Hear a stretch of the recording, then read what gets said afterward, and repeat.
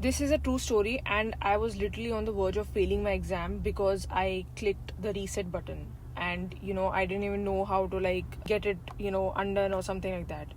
So if you're also one of this, please do hear it till the end so that you don't do any such silly mistakes which will cost you your entire paper for the semester. So you need to keep going through the manuals that ACC has introduced. So one of the manuals which is related to the shortcuts, the keys, the toolbars, what all you can do related to highlighting, formulas in the spreadsheet and all of that you should read so that you're familiar with how exactly to use the platform.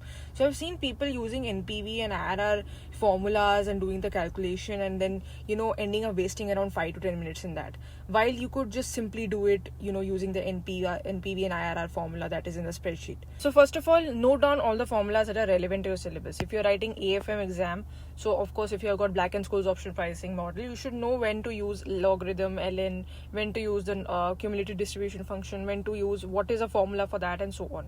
Secondly, if you're you having a FM exam or AFM exam as well, of course NPV, IRR, these are very popular calculations for investment appraisal, so you would have to know how when to use and how to save time using that.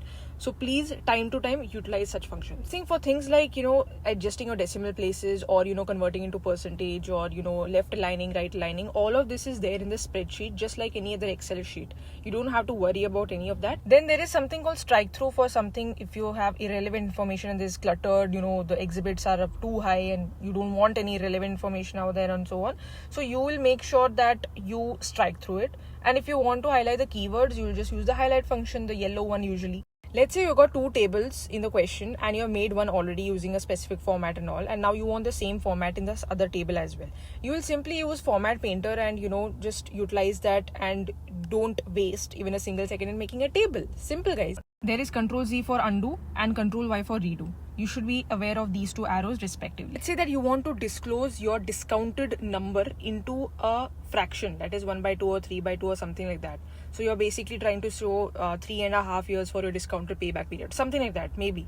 So for that purpose, you will just right click on the cell and click on format options, and custom, and you'll get this. So just remember this particular icon. And finally, the most main one. So when you have to recheck your first answer, or the answer which is quite back or quite front and all that, you will just go and click the navigate screen and click the question number that you want to recheck. So this would make sure that you do not have to keep clicking previous or next and so on.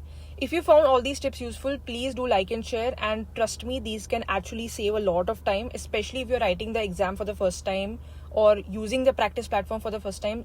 Please make sure that you are aware of all these tools.